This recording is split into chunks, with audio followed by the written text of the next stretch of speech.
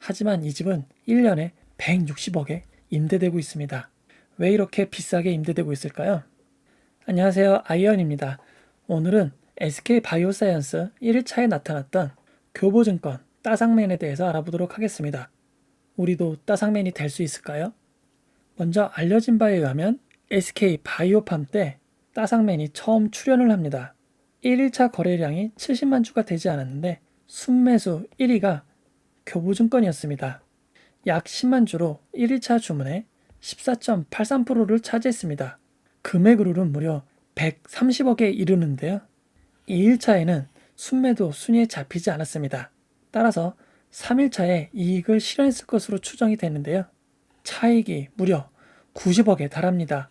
정말 놀라운 수익률입니다. 이어 카카오게임즈에서는 1일차 거래량의 70%에 달하는 물량을 독점하였습니다. SK바이오팜 때보다 금액이 크게 늘어 약 240억에 달합니다. 이번에는 2일차에 대부분 매물을 내놓았습니다. 차익은 70억이 넘습니다. SK바이오팜 때에 비하면 수익의 양과 수익률이 조금 떨어졌지만 그래도 매우 놀라운 수익률임에는 틀림이 없습니다. 앞선 성공이 바탕이 되었는지 SK바이오사이언스 때는 더욱 업그레이드가 되어 돌아왔습니다. 1일차 주문에 60.36%를 차지했고 금액으로는 무려 893억이나 됩니다. 동시호가 상한가인 13만원에 2,000주를 매수하는 여유까지 보였습니다. 이번에도 2일차에 대부분을 매각하였는데요. SK바이오사이언스의 시가가 18만 4천원에서 고가 19만원을 기록하였으니 80.1억에서 111.9억 사이로 이익을 얻었을 것 같습니다. 앞선 SK바이오팜이나 카카오게임즈에 비하면 수익률이 큰 폭으로 줄었습니다. 그래도 하루에 10% 가까운 수익을 올린다는 것은 매우 부러운 일입니다. 많은 분들이 SK바이오팜, 카카오게임즈, SK바이오사이언스 1일차에 매수를 시도해 보신 적이 있으실 겁니다. 하지만 체결된 분은 거의 없으리라 생각합니다. 그럼 이렇게 어려운 상장 1일차 매수를 이 투자자는 어떻게 마음 먹은 대로 할 수 있는 걸까요? 먼저 매매 우선순위를 알아야 합니다. 유가증권 시장 업무 규정에 나와 있는데요. 매우 어렵게 써 있지만 단순한 말로 비싸게 사겠다고 하는 주문이 우선되고 먼저 접수된 주문이 우선한다는 이야기입니다. SK바이오팜, 카카오게임즈, SK바이오사이언스는 1차 모두 따상을 기록했습니다. 바로 상한가에 돌입했기 때문에 가격은 모두 동일합니다. 그럼 그 다음으로 우선되는 시간의 순서로 결정이 됩니다. 카카오게임즈 때는 거래소가 교보증권을 통한 주문이 제일 첫 번째 주문이라고 밝혔습니다. 하지만 이번엔 아니라고 밝혔는데요. 실제로 9시 12분과 9시 28분에 거래원을 살펴보면 교보증권이 6만 주가 체결되는 사이 한국투자는 한 건도 체결되지 않았습니다. 신한금융투자도 한 건도 체결되지 않았습니다. 하지만 키움증권이 10,000주 가까이, 거래원에서 보이지 않던 미래에셋대우가 최소 470주 이상이 체결된 것을 확인할 수 있습니다. 즉, 교보증권이 한 주문을 통째로 넣은 것이 아니라 몇 건의 주문으로 나뉘어 들어갔고 그 사이에 다른 주문들이 들어가 있었을 것으로 추정됩니다. 도대체 어떻게 이렇게 빨리 주문을 하고 선착순에 들어갔었던 것일까요? 먼저 주문이 이루어지는 과정을 알아야 합니다. 우리는 보통 MTS라 부르는 증권사의 앱, 컴퓨터의 HTS, 어떤 분들은 ARS를 통해 주문을 합니다. 각각 증권사를 통해서 주문이 들어가면 해당 증권사는 거래소로 주문을 전송하게 되고 체결 내역을 받아서 다시 체결됨을 알려주는 구조입니다. 가장 많이 이용되는 앱 주문과 HTS는 증권사까지 인터넷을 통해서 주문이 전송되게 됩니다. 평소 인터넷은 매우 빠릅니다. 하지만 모두의 속도가 똑같지는 않습니다. 실제로 저희 집에서 증권사까지 네트워크 전달 속도를 살펴보면 약 10단계 정도의 단계를 거쳐서 약 0.3초가 걸림을 알 수 있습니다. 네트워크에서 쓰이는 단위는 밀리세컨드입니다. 1000분의 1초인데요. 1초는 1000밀리세컨드로 생각하시면 됩니다. 즉, 제가 주문을 넣어도 약 300ms, 0.3초 후에나 증권사에 도착을 하게 되는 것입니다. 평상시라면 이 속도는 아무 문제가 되지 않습니다. 하지만 매우 빠르고 빈번하게 거래하는 전문 트레이더들에게는 이 속도는 매우 중요합니다. 실제 미국의 사례를 알아보도록 하겠습니다. 우리나라 증권거래소가 서울에 있고 선물거래소가 부산에 있는 것처럼 뉴욕 근처에 주식 거래소와 데이터 센터가 있습니다. 하지만 파생상품 거래소인 CME는 시카고에 있는데요. 거리가 무려 약 1300km나 됩니다. 자동차로 12시간 반이나 걸리는 거리인 것입니다. 이 사이를 연결하는 인터넷 라인은 초고속 광 케이블입니다. 광 케이블은 건설의 편의와 여러 요인으로 인해 직선이 아닌 살짝 돌아가는 형태로 매설되었습니다. 하지만 한 증권사는 이 통신 속도를 아주 조금이나마 빠르게 하기 위해 조금 단축된 거리로 자체 광 케이블을 매설하였습니다. 전선 속도를 1000분의 1초 앞당기기 위해 수천억 원을 사용한 것입니다. 이때부터 투자 회사들 사이에 네트워크 전선 속도를 더욱 빠르게 하기 위한 경쟁이 펼쳐집니다. 광 케이블을 이용한 통신보다 조금 더 빠른 방법을 찾아냈습니다. 바로 마이크로웨이브, 전파를 이용한 네트워크인 것입니다. 광 케이블은 지형과 여러 편의를 고려해 크게 돌아가고 단축으로 만들어도 직선이 나오지 않습니다. 하지만 전파를 이용하면 중계탑만 일직선으로 지으면 최단 거리로 전송이 가능합니다. 이를 위해 총 23개의 중계탑을 건설하였습니다. 그 결과 광섬유로는 6.5ms, 0.00655초가 걸리던 통신이 마이크로웨이브로는 4.25ms, 0.00425초가 걸리게 됩니다. 엄청난 돈을 들여 1000분의 2초를 앞당긴 것입니다. 그만큼 주문을 빨리 하는 것에 대한 이점이 있는 것입니다. 경쟁은 여기서 끝나지 않습니다. CME, 파생상품 거래소 서버가 있는 데이터 센터입니다. 이 안에 주문을 처리하는 서버가 있습니다. 힘들게 전파를 통해 주문 정보를 보냅니다. 따라서 거래소에서 최대한 가까운 곳에서 전파를 수신하는 것이 유리합니다. 이쪽엔 빈 공간이 없습니다. 자세히 보시면 여기에 집이 하나 있습니다.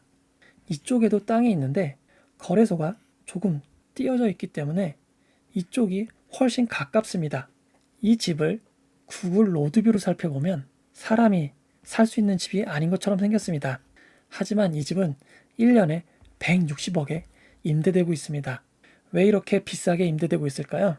힌트는 이 조그마한 전파를 수신할 수 있는 안테나에 있습니다. 1년에 160억을 주고서라도 거래소에서 가장 가까운 곳을 차지한 것입니다. 정말 상상하기 어려울 정도로 속도에 대해 집착을 하고 있습니다. 그만큼 빠른 속도로 이익을 낼 수 있기 때문일 것입니다. 그런데 경쟁은 또 여기서 멈추지 않습니다. 경쟁 회사들은 이 집보다 더 가까이 안테나를 달 수 있는 곳을 찾았습니다. 과연 어디일까요? 아무도 생각하지 못하는 곳을 찾았습니다. 바로 이 구역입니다. 로드뷰로 살펴보면 특별한 게 없어 보입니다. 하지만 이 가로등은 평범한 가로등이 아닙니다. 이 가로등을 확대해보면 전파를 수신할 수 있는 안테나들이 달려 있습니다. 앞에서 160억을 주고 임대한 건물보다 도로 길이만큼 더 가까워졌습니다. 이렇게 투자회사들이 거래소에 조금이라도 더 다가가려고 노력을 하자 거래소가 거래소 앞에 대형 수신탑을 만들어버렸습니다.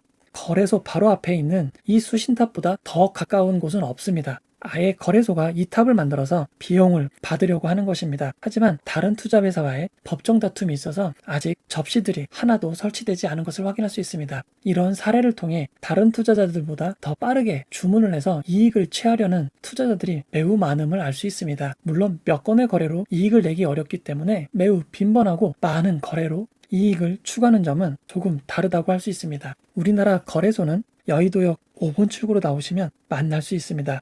이 안에 거래소 서버들이 있습니다. 그리고 대부분의 증권사들의 데이터 센터도 여의도에 위치하고 있습니다. 하지만 여의도가 아닌 시외로 많이 이전되는 추세입니다. 따라서 여러분들이 증권사 서버로 주문을 보내는 네트워크 시간이 짧으면 짧을수록 좋습니다. 만약 증권사 서버가 여의도에 있고 네트워크 사업자에 따라 다르겠지만 빠르게 접속할 수 있는 네트워크를 쓰고 있다면 다른 투자자들보다 조금 빠르게 주문이 들어갈 수 있습니다. 하지만 주문은 증권사에서 거래소로 전송이 되어야 체결이 되는 것입니다. 우리나라에는 수많은 증권사가 있습니다. 결국 증권사들끼리도 거래소로 주문을 보내고 있는 것입니다. 이제 증권사 내부 시스템을 확인해 볼 필요가 있습니다. 투자자분들이 주문을 하면 곧바로 거래소로 전송되는 것이 아닙니다. 증권사 내부 시스템을 거치게 되어 있는데요. 내부 시스템은 생각보다 하는 일이 많습니다.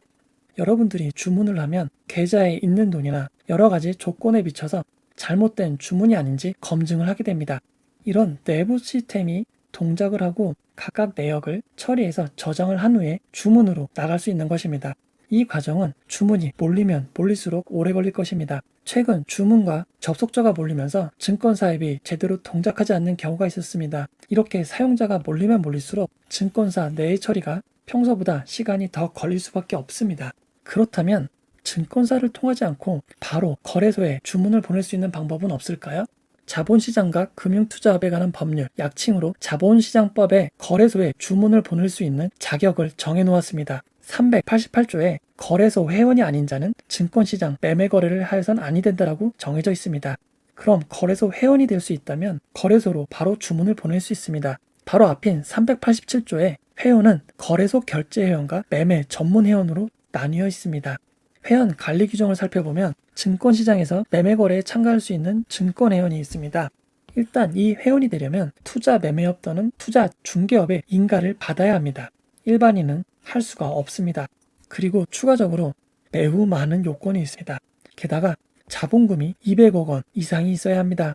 결국 증권사를 이용하지 않고서는 거래소에 직접 주문을 넣을 수는 없는 것입니다. 그럼 증권사를 이용할 수밖에 없다면 뭔가 더 빠르게 주문을 처리할 방법은 없을까요? 그런 서비스를 증권사가 제공을 하고 있습니다. DMA, 다이렉트 마켓 액세스라 불리는 서비스인데요. 투자자가 직접 주문을 거래소에 전송하는 방식입니다.